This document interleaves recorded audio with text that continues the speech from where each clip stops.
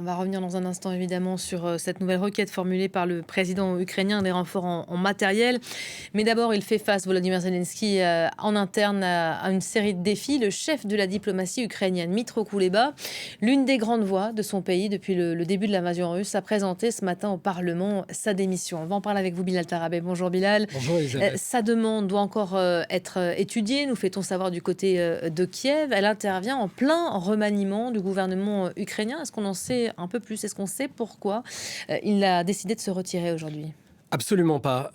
On ne sait pas pourquoi Dmytro Kuleba a présenté sa démission, donc on ne peut faire que des hypothèses à ce stade qu'il faut bien sûr prendre avec des pincettes. Mais ce qu'il se dit en Ukraine, c'est que Dmytro Kuleba se serait senti depuis un certain temps marginalisé par la présidence ukrainienne à travers le chef de cabinet de Volodymyr Zelensky, Andriy Yermak. On a plusieurs histoires à ce sujet.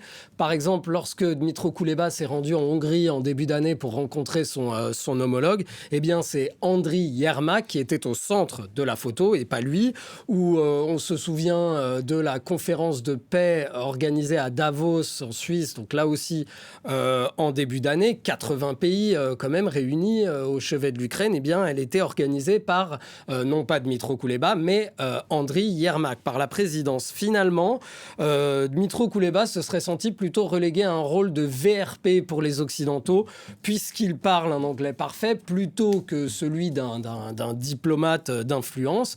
Mais en revanche, et plus globalement, ce qu'il faut dire, c'est que sa démission et ce remaniement qui concerne pas moins de 6 ministres du gouvernement ukrainien, il arrive à un moment très critique, à un moment charnière dans cette guerre en Ukraine.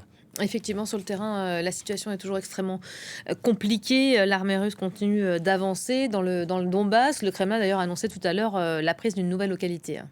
Ben, tout à fait. Alors, sur les bombardements aériens, je vous propose de regarder la courbe des bombardements que subit l'Ukraine depuis février 2022. Et je pense qu'elle parle d'elle-même.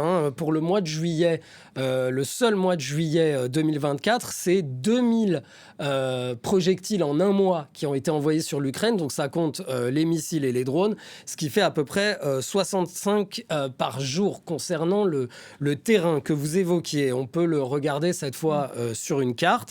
Alors, l'armée ukrainienne, elle est toujours présente, voilà, elle s'affiche, elle est toujours présente dans la région de Koursk, mais elle n'avance plus. Quant à l'armée russe, elle continue de progresser dans le Donbass. On le voit notamment vers la ville de Pokrovsk, qui comptait 55 000 habitants avant la guerre et qui est désormais quasiment vide. Cette progression dans le Donbass, elle est là aussi permise grâce à un déluge de frappes aériennes, notamment les bombes planantes. Ce sont des bombes soviétiques que la Russie possède en masse, qui ont été recyclées en missiles air-sol, donc tirées depuis des avions, tirées en masse. Elles font extrêmement de dégâts. C'est comme ça que les Russes ont conquis la ville d'Avdiivka en début d'année, qui est à côté, qui est juste avant Pokrovsk. Et on a des experts militaires qui considèrent que les défenseurs d'Avdiivka ont reçu en volume l'équivalent d'une petite bombe atomique. C'est à ça que font face les Ukrainiens. Voilà, une pluie de bombes qui continue d'être jetée sur l'Ukraine, parfois même donc à des centaines de kilomètres du front. Sur le terrain, la situation est donc compliquée, d'où cette requête qui a été formulée à plusieurs reprises par Volodymyr Zelensky. Il demande des moyens de défense antiaériens supplémentaires, mais aussi l'autorisation de frapper en profondeur la Russie.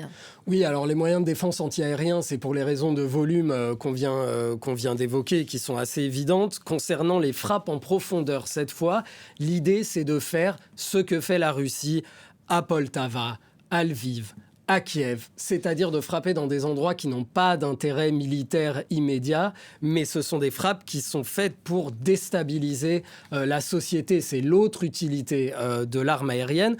Par ailleurs, concernant les missiles sur Poltava, une dernière information.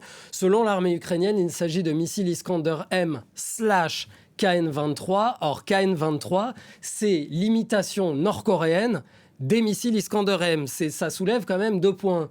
La frappe la plus meurtrière depuis le début de la guerre, là on voit les caractéristiques du missile Iskander-M, la frappe la plus meurtrière en Ukraine depuis l'invasion russe est peut-être le produit de missiles nord-coréens. Et le deuxième point, c'est que si c'est le cas, visiblement, la Corée du Nord ne s'embarrasse pas de considérations comme la co-belligérance ou autres. Merci beaucoup Bilal pour le décryptage et c'est donc détail. On apprend que le Parlement ukrainien a commencé à voter sur le remaniement du gouvernement. Ces changements donc en perspective, hein, sur la scène politique ukrainienne.